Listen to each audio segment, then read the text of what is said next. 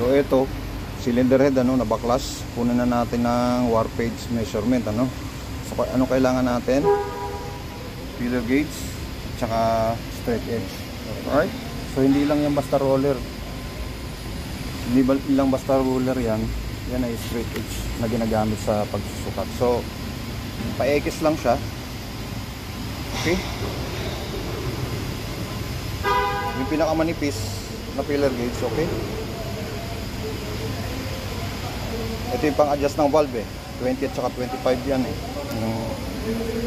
pero sa millimeter 0.2. Okay?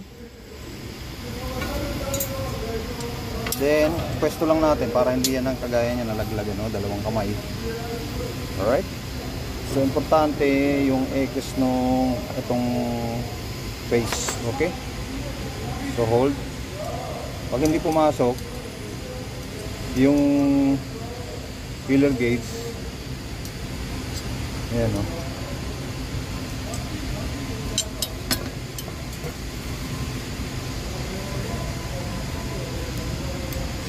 So ikis ulit dito. Right? So hold lang.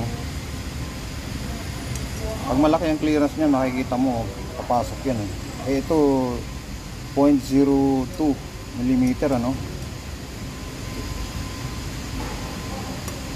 Alright, so hindi siya pumasok, ibig sabihin okay pa yung cylinder head.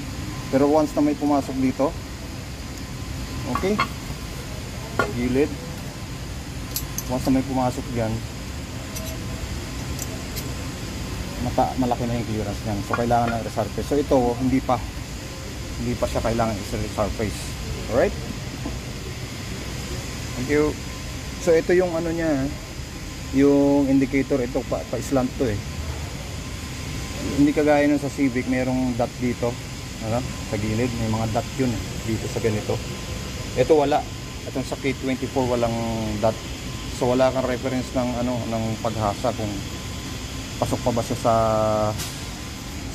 sa ito to, meron dito meron talaga sa Honda hindi siya mawawala yan ibig sabihin pag nasagad na yan sa hasa, yan na yung maximum na hasa niya. Okay?